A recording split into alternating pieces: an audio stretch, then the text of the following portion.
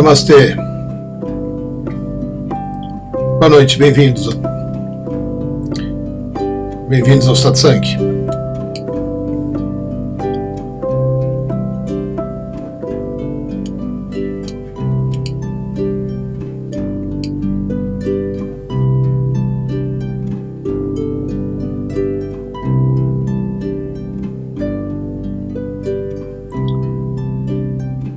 Primeiro Satsang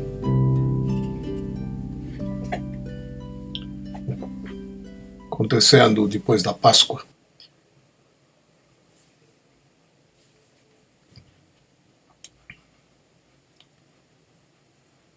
Estava aqui pensando um pouquinho sobre a Páscoa.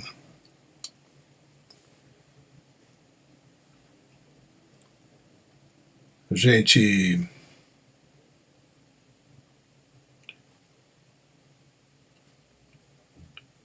tem a vida marcada por eventos, né? De coisas que aconteceram e que de alguma forma reside na nossa memória, reside na memória coletiva. Embora para a gente seja só uma oportunidade de ir para a praia muitas vezes, né? Ou de ficar em casa sem fazer nada. Passeio no parque, esse tipo de coisa. Institucionalmente existe uma comemoração, né? E algumas coisas são besteira, né? São bobagens. Mas outras têm alguma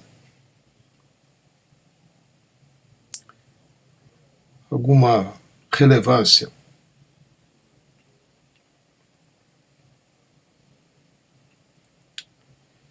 E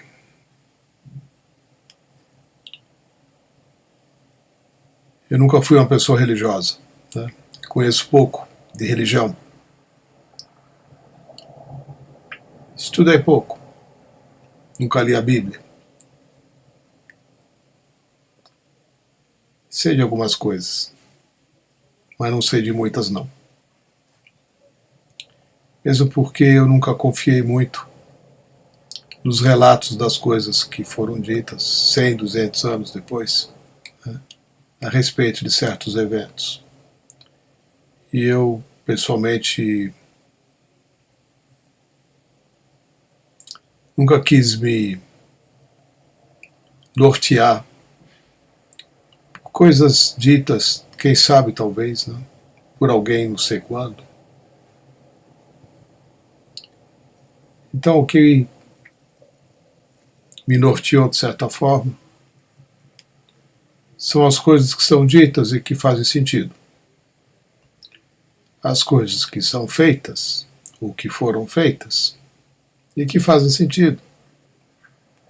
Continuarem sendo ditas, continuarem sendo feitas. Para essas coisas eu estou aberto. E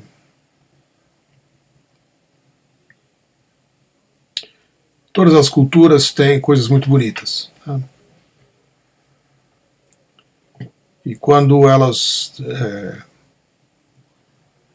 nos tocam de alguma forma, independente da cultura que seja, tem uma verdade ali, né? É alguma coisa que quer seja verdadeiramente dita daquela forma, quer seja verdadeiramente deturpada, né? Ou seja, não foi tão verdadeira assim, faz sentido, né? Então, muitas coisas que são ditas hoje repercutem, né, reverberam em verdades que permanecem eternizadas. Ultimamente, os grupos, né, de WhatsApp, de Telegram, Facebook, então nem se fala, né, são inundados por postagens com frases, né? E eu estou um pouco impressionado com isso, né? Eu não gosto muito de ficar lendo frases, né? Normalmente eu passo os olhos por cima assim, porque elas simplesmente são repassagens de coisas que alguém acha que alguém disse e que é legal, né?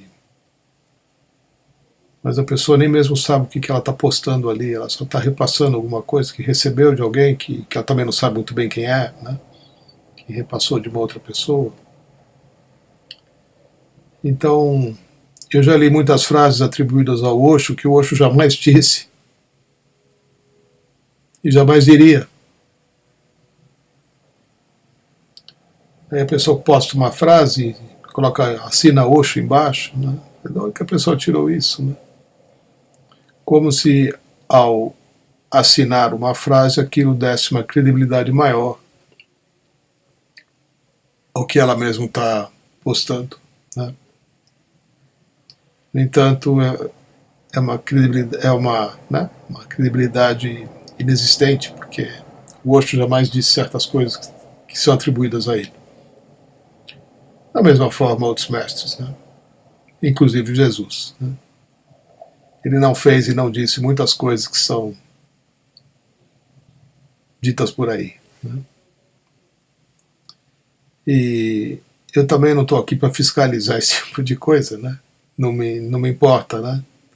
O que me importa é se uma coisa é dita e faz sentido.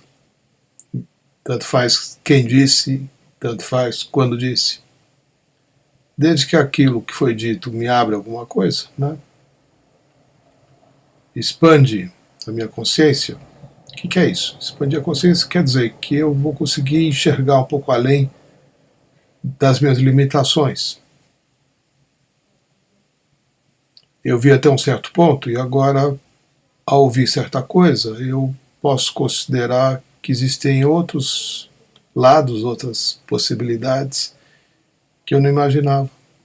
Então, essas coisas né, essas coisas eu dou valor. E quando tem esses feriados, parece que isso se intensifica, né? Mais coisas são ditas e creditadas a Jesus, creditadas à Bíblia, creditadas a...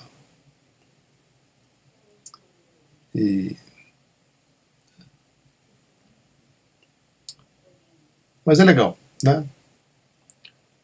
É legal. Se alguma coisa não faz sentido pra gente, a gente simplesmente deleta, né? Temos essa liberdade, né, de apagar algo ou de nem mesmo ler.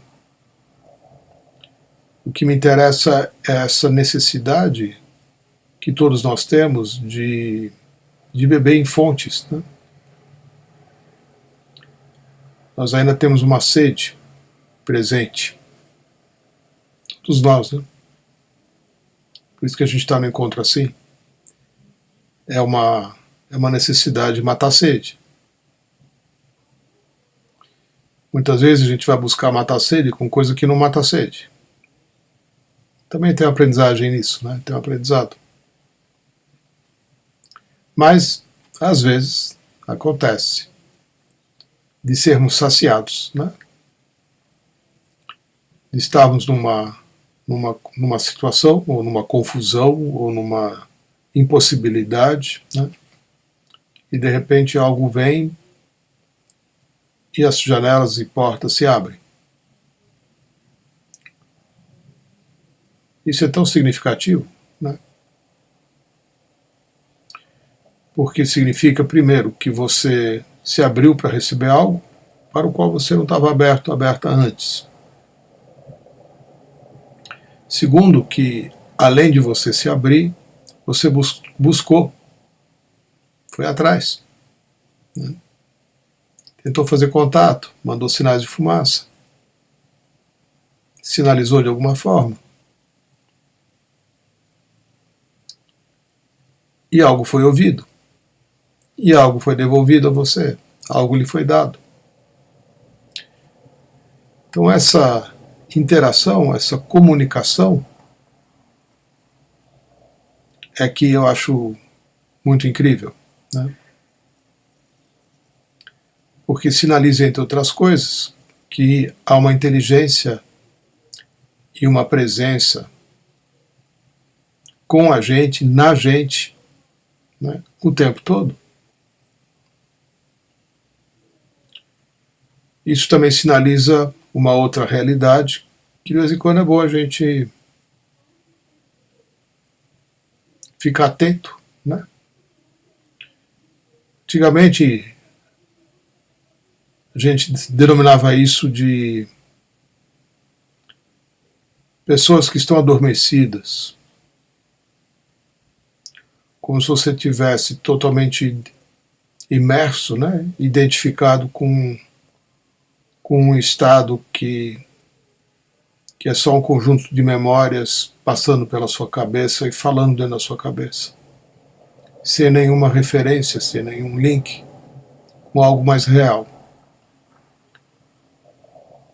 Em sânscrito, eles chamam isso de Maya. O estado ilusório, em que você simplesmente vai vivendo a sua vida sustentando ilusões e criando novas, perpetuando um estado que é feito uma bolha de sabão. Ele não existe. Coisas que não existem e nas quais você acredita.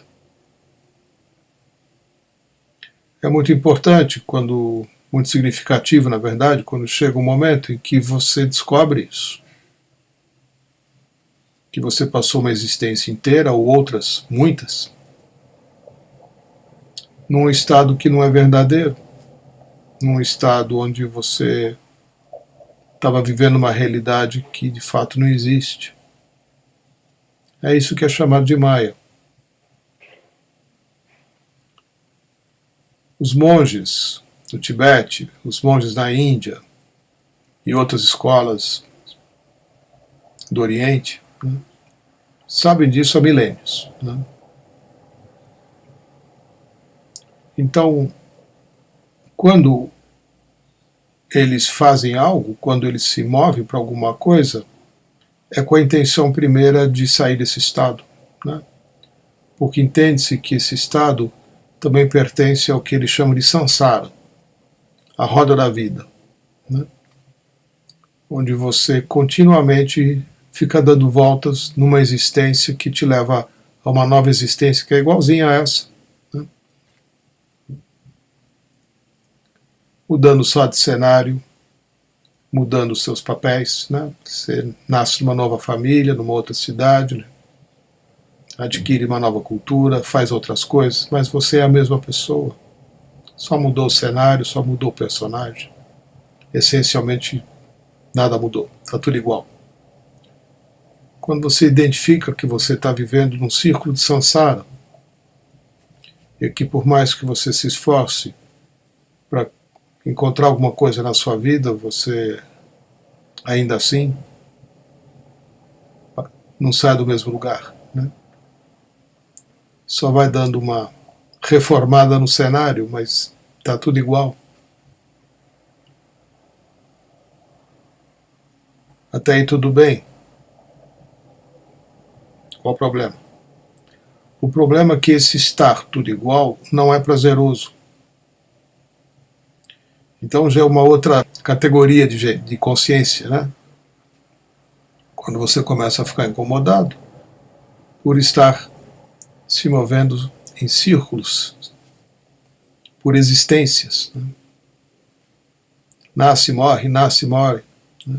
Encarna, desencarna, sempre atritando com as mesmas pessoas ou com pessoas semelhantes, né? Sempre se sentindo atraído, atraída por coisas e pessoas semelhantes, que depois se mostram mais adiante desapontadoras e frustrantes. Ou seja, a sua vida parece que não desencanta de um determinado estado, uma determinada qualidade, uma determinada qualidade de sofrimento. É isso que a gente pode designar como sendo o estado Maya. Porque você não sabe que você está vivendo assim, você só acha que viver é isso. Você não sabe né, que não é isso. Né? Ninguém te contou que tem uma outra forma de você existir, uma outra forma de viver. Então, muitas vezes, a vida te aperta, te pressiona, te encosta na parede, te joga dentro do buraco, faz doer, para que você faça alguma coisa para sair dessa. Né? Você não sabe muito bem o que fazer, mas você sabe que você tem que fazer alguma coisa.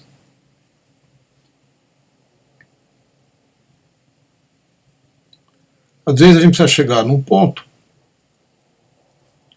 em que a coisa está tão difícil, mas tão difícil, mas tão difícil, que só quando chega nesse ponto é que você vai tomar uma atitude.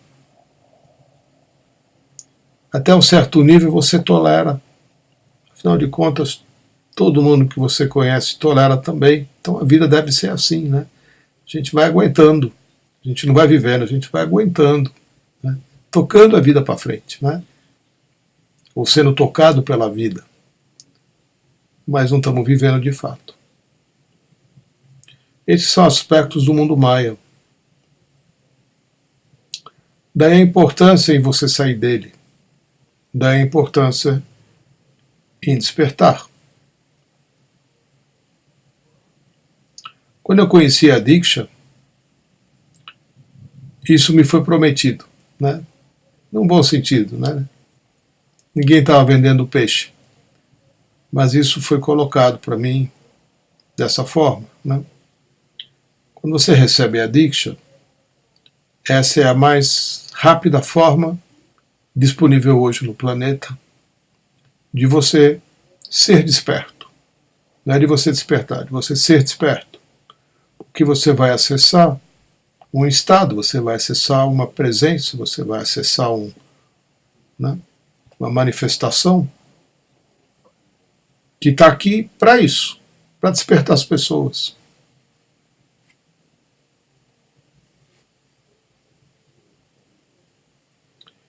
E havia uma urgência na época, porque era necessário que o planeta Terra acolhesse, né, acolhesse não, mas contivesse pelo menos 70 mil pessoas despertas. 70 mil pessoas despertas, cada uma delas afetando 100 mil pessoas. De forma que os 7 bilhões de habitantes sejam impactados. Isso foi em 2012.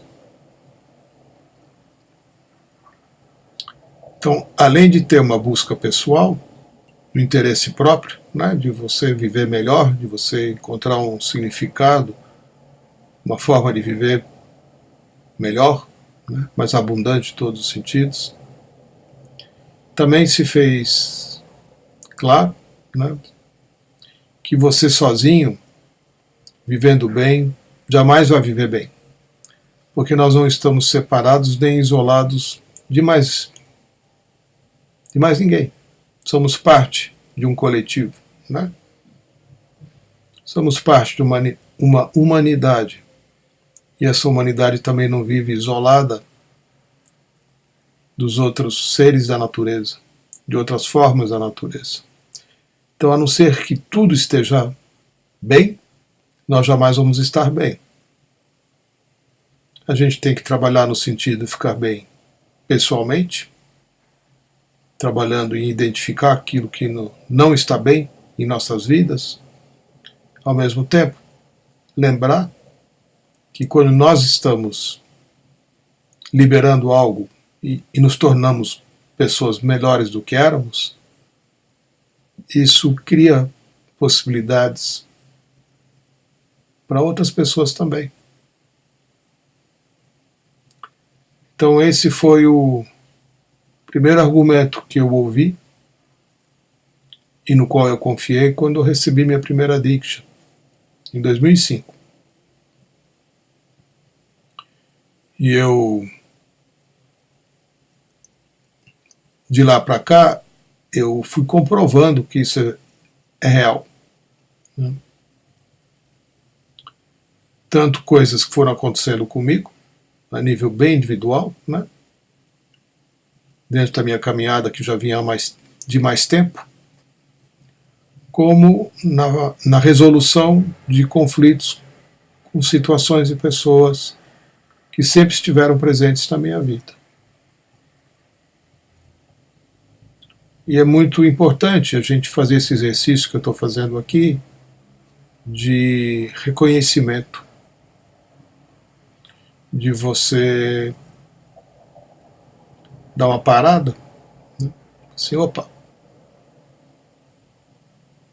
as coisas não estão mais como eram antes. Ainda estão difíceis, com certeza, cheio de desafios. A cada instante tem uma nova história acontecendo, mas eu estou muito mais bem estruturado, eu estou muito mais, né, energizado, estou muito mais presente, estou muito mais conectado para lidar com essas situações. Então, não há situação desafiadora que não seja interessante. Todas são interessantes. Todas fazem com que eu faça um exercício, né, para usar o que eu já recebi, né, os meios, as ferramentas, as técnicas, as frases feitas nos posts, por que não? Né? Quando alguma coisa nos lembra, né, opa. Então, comecei a falar nisso por causa do feriado, né? Porque, de certa forma, quando a gente não tem um tempo, né, uma pausa um pouco mais prolongada, um tempinho para não fazer nada, no sentido das obrigações, né? Você tem um tempo para ficar quieto, quieta. É legal usar esse tempo para você se localizar internamente, né? Ultimamente, pausar tem sido algo muito indicado, também pelos guias e professores da ONU Academy, porque nós compulsivamente não paramos, porque se a gente parar parece que alguma coisa muito grave vai acontecer, né? E a gente não pode parar. Essa mensagem fica presente, né, de certa forma. Então, ultimamente está havendo um reforço nessa lembrança de que é importante pausar. Pausar significa não que você tem que ficar meses sem fazer nada, não, não é isso. Podem ser minutos. Quando você está no processo, né, de muita ação, que acaba entrando no automático, acaba entrando numa compulsão em finalizar uma tarefa, ou finalizar um projeto, ou fazer o que for, né? E você mal dorme, você só vai atrás né, e não olha para mais nada. Essa é uma forma ilusória de viver, porque as coisas têm multidimensões, são multidimensionais. Então, quando você não dá espaço para que outras possibilidades sejam reveladas para você, você se perde. Pausar significa você encontrar um realinhamento.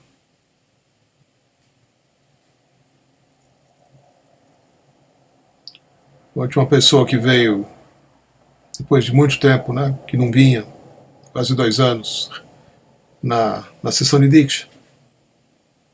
Aí, quando terminou, ele veio agradecer, não, acho que foi legal para mim e tal, ele queria conversar mais um pouco ali, uns minutinhos, né? E aí ele usou essa forma, né, de entender o que tinha acontecido com ele após 2 anos sem receber Diksha, né? Acontece, né? Também acontece o realinhamento. E o realinhamento ele é interessante quando ele é observado, porque significa que quando você percebe que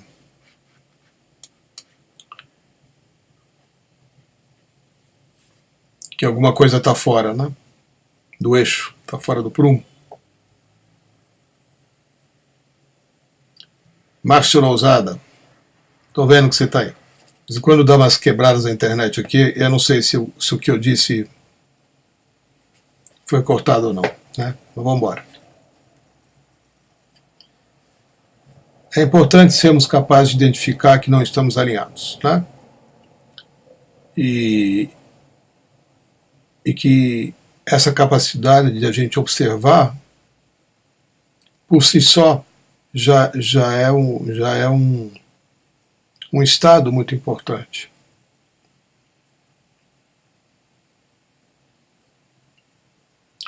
A gente não sabe que está desalinhado, né? A gente só sabe que uma hora está doendo aqui, outra hora está doendo ali, que aqui vai, ali não vai, né? Um dia vai, outro dia não vai. Certas coisas estão bem, mas muitas outras não estão bem, né? E que se não estão bem é porque alguma coisa está fora do prumo, né? Está fora do eixo. Acreditamos que quando a gente está no prumo, no eixo, tudo flui, que é verdade, né? Tudo que está fragmentado facilita o estado de resistência, né? Ou de perda. A gente perde energia porque está fragmentado. Porque muitas partes dizem sim, outras partes dizem não, e nessa discussão do sim e do não, você gasta energia que poderia estar sendo usada para você ir para frente, sem ficar gerenciando o conflito de duas ou mais questões. Não é? Então, alinhamento significa isso. Que você está menos fragmentado, que tem menos partes suas brigando com outras, né? É da natureza da mente o estado de conflito. Então, quando a gente recebe a Diksha, um realinhamento acontece.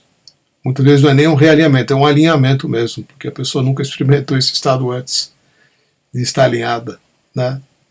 Ela já nasceu em conflito, ela já foi gestada em conflito, já saiu assim da barriga da mãe, né? Já não queria nem vir, às vezes, né? Não queria nem nascer. Já era um conflito nascer. Então, não tem nem a referência do que seja estar vivendo num alinhamento com a natureza, né?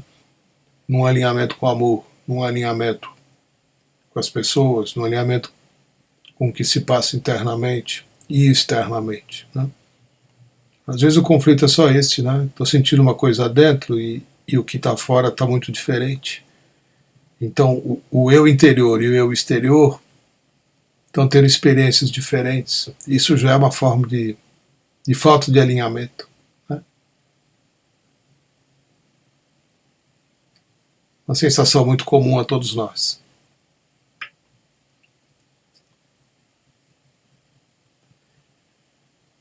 Então, estou abrindo espaço aqui, desde já, para vocês contribuírem aí com as suas questões, tá bom?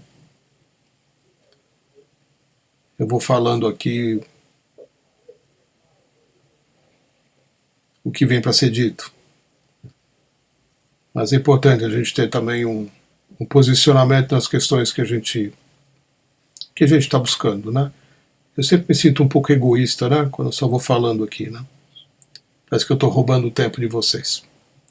A sensação é essa, né? Então, por favor, façam um uso do espaço, tá? Oi, Samuel.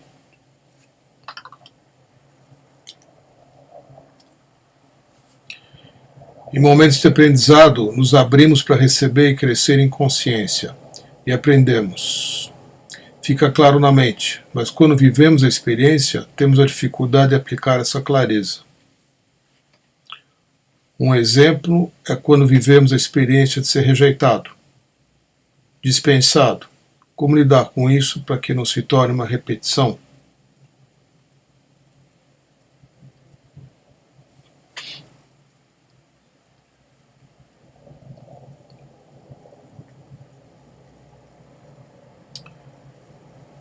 Eu vou fazer uma correção aqui em algumas coisas, tá, Samuel? Correção não, né? Mas vamos ver se algumas coisas vão ficando um pouco mais claras. O que a gente chama de aprendizado ou aprendizagem, inevitavelmente leva a crescimento. A falta de crescimento é um dos grandes fatores de sofrimento. Então, a aprendizagem, ela também tem um requisito, né? E o requisito para que você aprenda é a humildade. Então, a aprendizagem não vem quando uma coisa te é enfiada goela abaixo, né?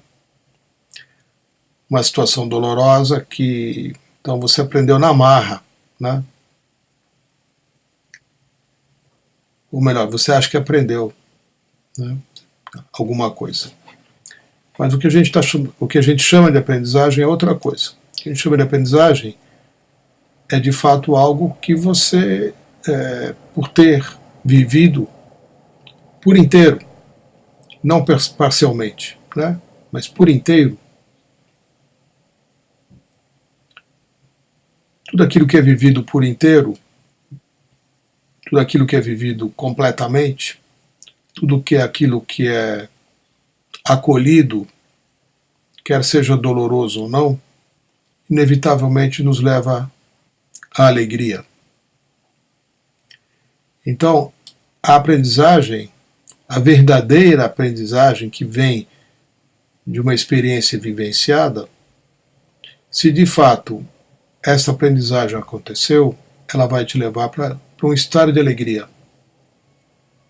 Se o estado de alegria não está presente, é porque a aprendizagem ainda não foi completa. Ainda tem algo para ser vivido ali, ainda tem algo a ser compreendido, talvez reexperienciado mais uma vez.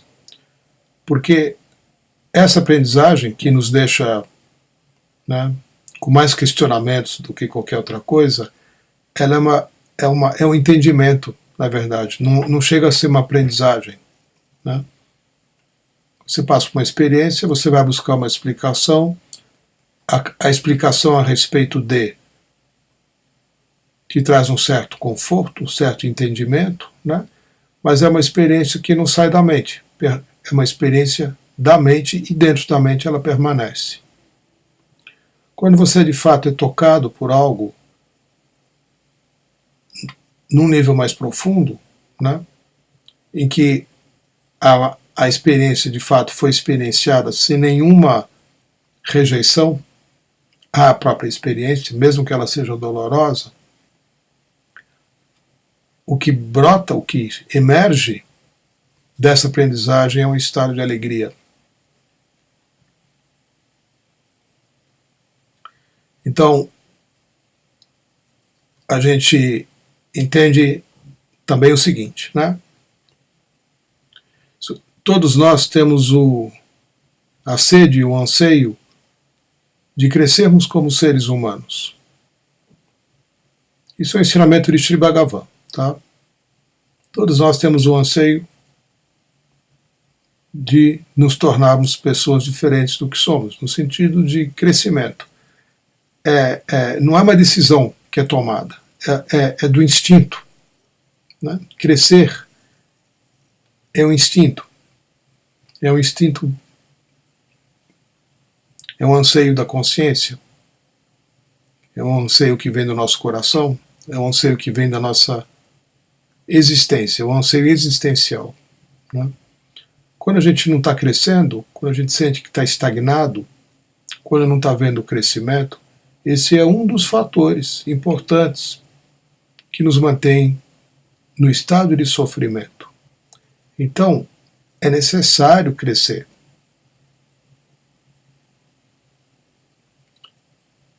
E como é que a gente vai crescer? Para que o crescimento possa ocorrer, é necessário haver aprendizagem. Crescimento não pode ocorrer sem aprendizagem. Aprendizagem é o requisito.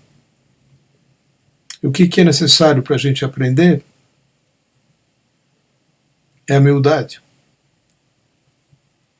Então são os 3 fatores de crescimento, né? A humildade, que vai te permitir a aprendizagem, que vai te possibilitar o almejado crescimento, que vai te proporcionar a liberação do sofrimento e a alegria. Esse é um dos ensinamentos chaves de Sri Bhagavan, né? Então, a experiência de se sentir rejeitado, né, é uma experiência muito forte, né?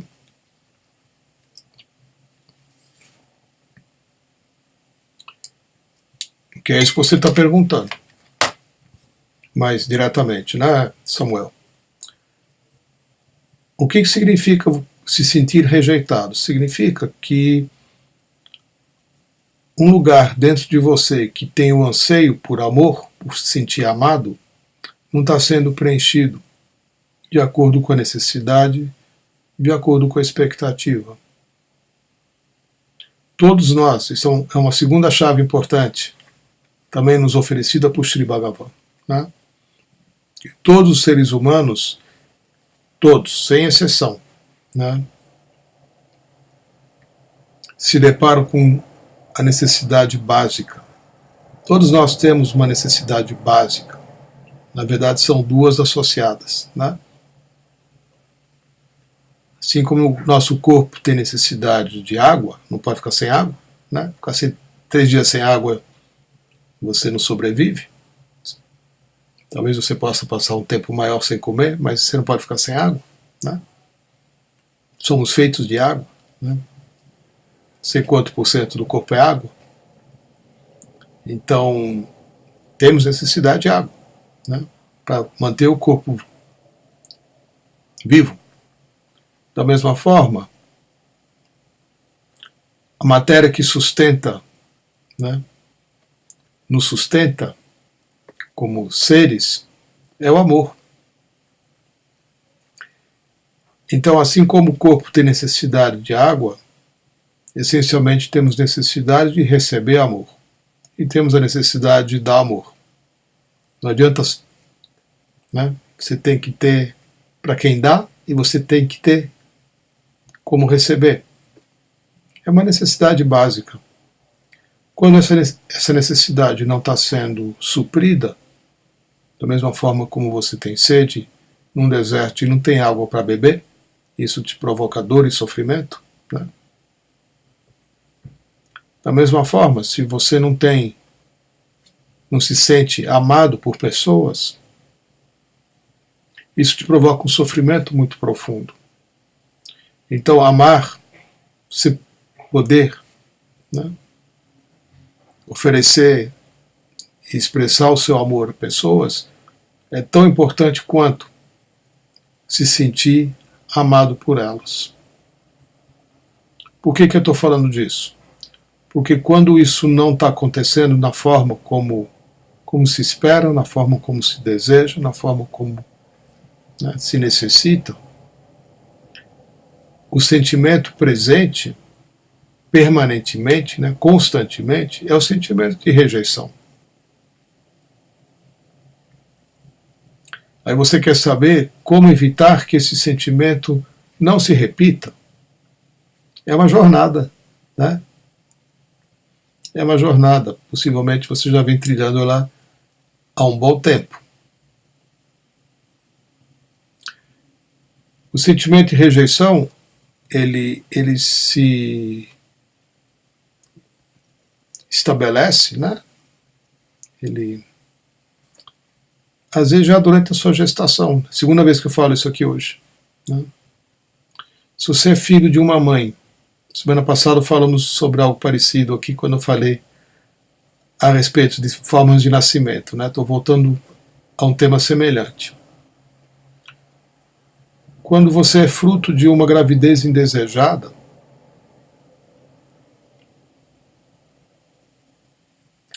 quando você vem ao mundo, né, quando você já é gestado dentro de um útero e não era esperado, né, a criança que é gestada dessa forma, ela sente isso na hora, já nas primeiras semanas. Ela já vem com a consciência de que ela está no lugar errado e na hora errada, e que no momento que ela sair dali não vai ser bom. E essa percepção, ela carrega por toda a vida. Então, ela já sai da barriga da mãe querendo saber o que ela vai comer, como é que ela vai subsistir, como é que ela vai viver. Não apenas fisicamente, mas existencialmente. A primeira coisa que uma criança precisa, antes, durante e depois que ela nasce, é se sentir bem-vinda, acolhida, aceita, do jeito que ela é.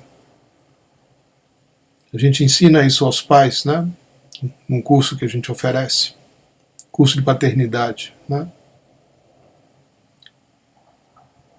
Toda criança, quando está sendo gestada, ela deve ser preparada, né? Os pais devem ser preparados para receber essa criança na sua inteireza, né?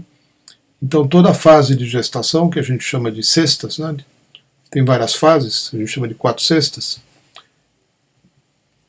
tem que ser muito bem cuidada, para que esse ser humano que tá vindo se sinta bem-vindo e possa lidar depois, mais adiante, com as situações de vida onde, por N fatores, N razões, ela não é acolhida sempre, né?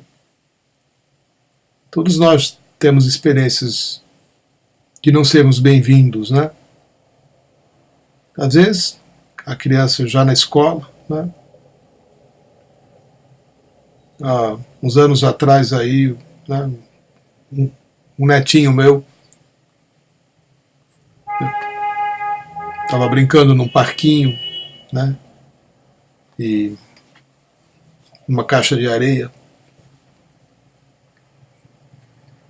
E ele foi procurar uma outra criança desconhecida que estava ali brincando também na caixa de areia, que virou as costas para ele, né? Coisa absolutamente banal, né? Comum. Mas ele veio se queixar para o pai, né? Por que as crianças não gostam dele? E aquilo já começou a sinalizar alguma coisa. Então, mais adiante, foi feito um trabalho na escola, quando ele foi para a escola, de cuidar para que ele sempre se sinta incluído, né? E com certeza ele foi e superou toda essa... Mas ele chegou ao mundo já com um certo sentimento de... né, eu preciso que as pessoas gostem de mim. E se elas não gostarem, eu fico profundamente incomodado. Então, todos nós, em algum nível, passamos por isso, né? Claro, né? É na escola, na escolinha, né? Uma professora que dá mais atenção, um pai ou uma mãe que dão mais atenção a um irmão nosso do que pra gente, né? Depois, mais adiante, no relacionamento, né? Nos amigos, né? Na hora de fazer a escolha do time, né? Se você é deixado para trás, e por aí vai, né? São pequenas e inúmeras situações de vida onde você muitas vezes não se sente, né, querido e amado pelas outras pessoas. Então o sentimento de rejeição não tem como a gente se livrar dele, porque ninguém tem obrigação de gostar de você, né? As pessoas projetam, as pessoas veem coisas, as pessoas sentem todo tipo de coisa, né? E se a gente for ficar vivendo na dependência de se sentir querido e amado pelos outros, nos tornamos né? Escravos de uma condição que é fonte de sofrimento constante. Então, o que é aprendizagem? Né? Aprendizagem é você desenvolver a conexão, uma conexão ou a conexão, de tal forma que você venha a se sentir, se reconheça, né? Se reconheça como sendo profundamente amado. E não é pelas pessoas necessariamente, né? As pessoas são limitadas na sua capacidade de amar. As pessoas vão te amar o tanto que elas foram amadas, o que inclui os seus pais. Seus pais só podem dar a você o que eles têm. Se seus pais foram amados pelos pais deles, se os pais deles foram amados pelos pais deles, seus avós, seus bisavós, alguma coisa flui para você. Mas se assim não foi, né, como é que alguém vai poder dar a você se não tem para te dar? Então o sentimento de rejeição, ele tem uma origem. E essa origem ela precisa ser investigada, reconhecida e trabalhada. Né? Isso é terapêutico.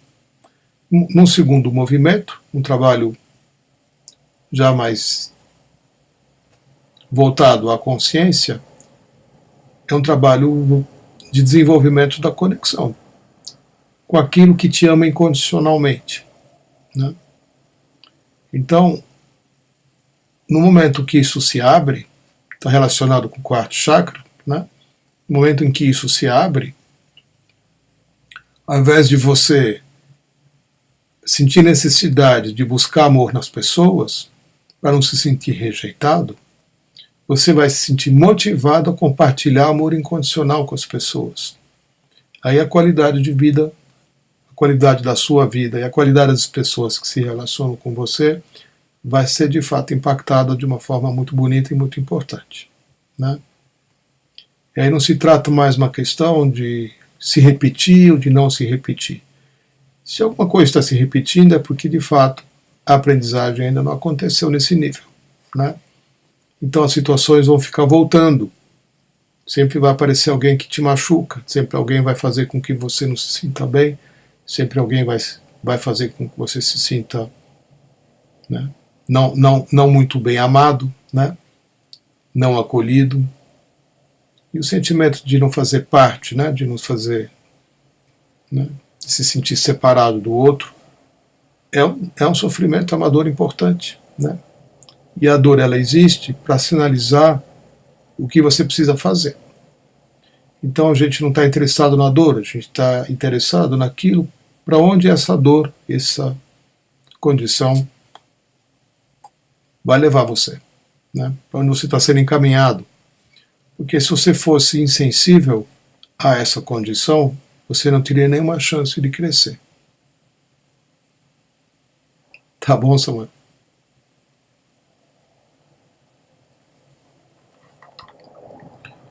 Essas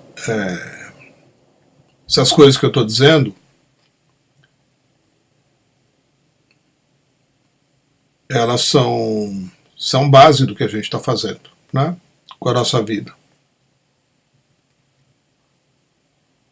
É base, é básico. Né? Não no sentido de ser menos, mas no sentido de que isso precisa ser compreendido e vivenciado e trabalhado. Né?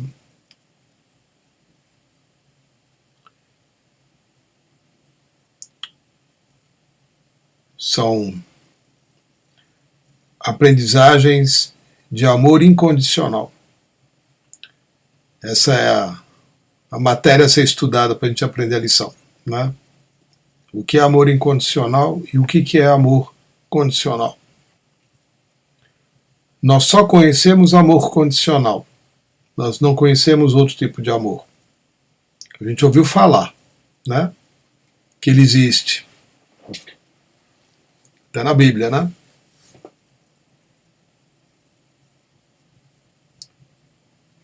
Jesus é um grande símbolo de amor incondicional. Tem outros, né? Foram dele por causa da Páscoa, que acabou de acontecer, né? Mas nós não sabemos o que é isso. que nós conhecemos em todas as nossas relações, com todas as coisas, com todas as pessoas, o que a gente observa em volta, sempre é o toma lá da cá, né? Eu vou te dar alguma coisa com a minha mão direita, mas a minha mão esquerda está estendida também. Eu te dou, mas eu quero receber de volta. Então esse é o amor condicional, essa é a condição. Se eu percebo que não tem nada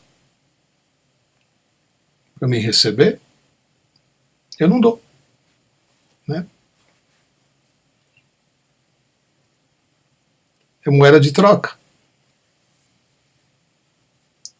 Se eu percebo que eu estou recebendo menos do que eu estou dando, eu vou dar menos também. Afinal de contas, eu não sou trouxa, né? Essa é a mente elaborando estratégias, né, de troca. Que a mente funciona assim. Eu só vou dar para as pessoas se eu souber que elas vão me devolver alguma coisa. Se eu identificar que não tenho nada a receber ali, eu vou me resguardar, eu vou guardar e vou ou não dar nada ou esperar que uma outra oportunidade surja na minha vida que seja merecedora de receber o que eu tenho para dar. O que é ser merecedora? Nada mais é do que capaz de me dar alguma coisa de volta. É isso que eu chamo de merecedora, né? Então eu guardo aqui, né, o meu recurso para só disponibilizar como um investimento para que eu receba de volta aquilo que eu estou dando, de preferência ainda mais do que eu estou dando, né? Eu dou um pouquinho, quero receber mais, como todo bom investimento, né? A gente faz uma aplicação para receber um retorno do investimento. Afetivamente, nós não sabemos viver fora dessa condição. A gente aprendeu também desde muito cedo que se a gente quer receber amor, né, temos que fazer certas coisas, temos que agradar, temos que ser simpáticos, temos que ser prestativos, temos que ser obedientes, temos que, né, tem uma série de condições aí, né? Temos que nos comportar, temos que não criar problemas, temos que ir bem na escola, temos que tirar notas altas, temos que obedecer várias coisas. Então, somos educados a, muitas vezes, ir contra o que a gente está sentindo, com medo de não receber o que a gente quer receber, né? Papai Noel só vai trazer presente no final do ano se eu me comportar de acordo com o que se espera, né? Só vou ganhar presente de aniversário, só vou se eu passar de ano, né? Eu sempre tenho que participar desse jogo em que se eu quero alguma coisa eu tenho que dar a minha parte, né? Eu tenho que fazer a minha parte. E é assim que eu aprendo a me relacionar com pessoas e com coisas. Por isso que eu digo, a gente não sabe o que é amor incondicional, a gente não tem uma experiência de observar o que é isso. Como é que eu posso dar alguma coisa e eu não vou ganhar nada de troca? Como é que estupidez é essa, né? É assim que a mente coloca, uma estupidez. É aquele que simplesmente dá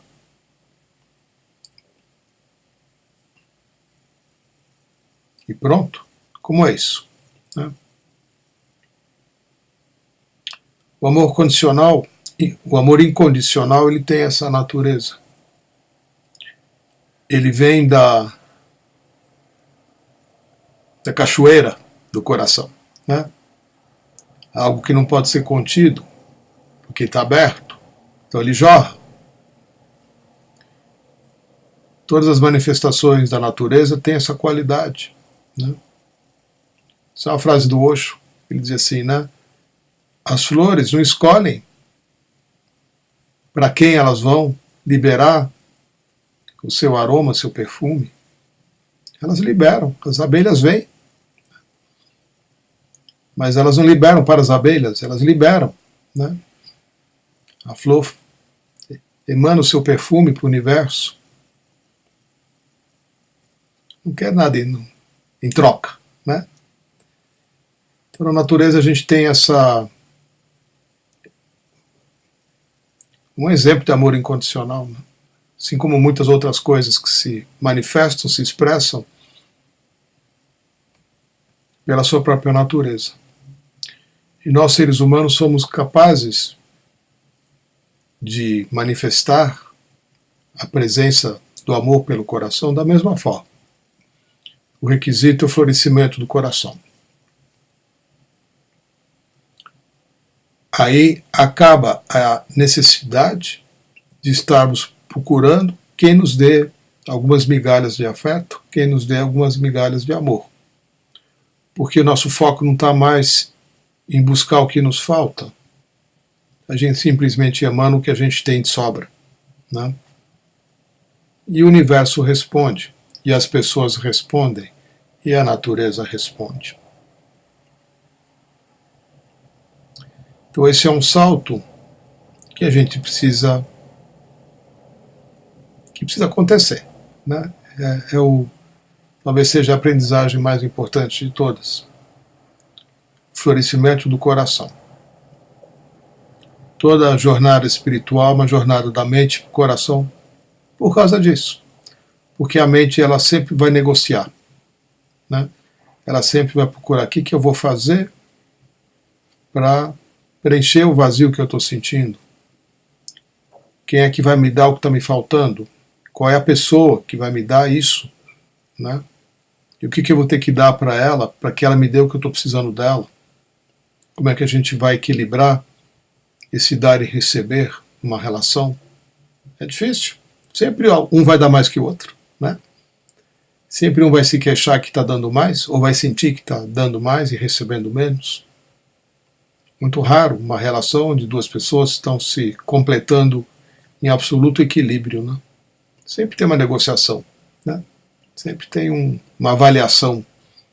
Puxa, né? Eu dou tanto mais do que recebo dele ou dela, né? O que eu estou fazendo, né? Já começa a vir um questionamento. Será que eu estou recebendo o suficiente por tudo que eu estou fazendo, por tudo que eu estou dando, pela minha doação? Então, enquanto essa negociação estiver presente, estamos vivendo o amor condicional. E o amor condicional, ele vai nos manter, né, num estado. E a gente não cresce.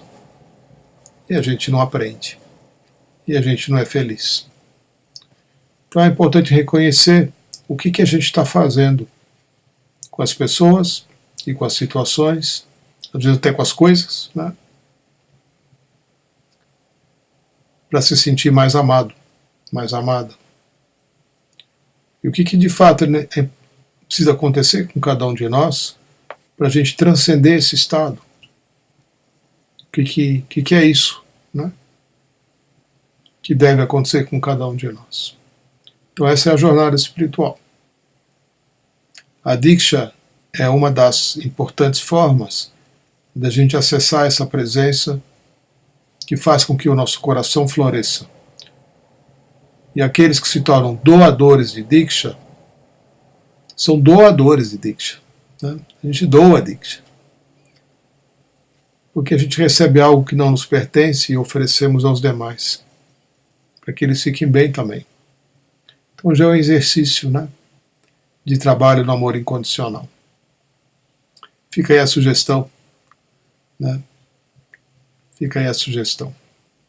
Eu vou dar um curso de iniciação para novos doadores e dikshas em julho, aqui em São Paulo, final de julho, lá pelo dia 19, 20 e 21.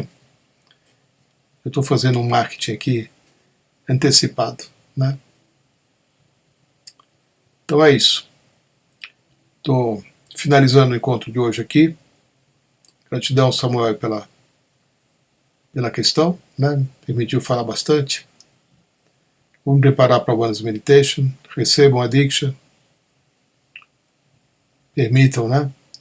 Que ela toque o seu coração. Permita que ela toque o seu coração. Permita que o seu coração seja... Porque às vezes tem gente que tem medo, né? Acha que se for tocado no coração vai ficar meio indefeso, meio vulnerável, né? Como se isso fosse coisa ruim, né? Não é, né? Se permita mover-se, né, em direção ao florescimento do seu coração. Esse é o caminho para uma aprendizagem e inteligência, porque a nossa inteligência reside no coração. Namastê.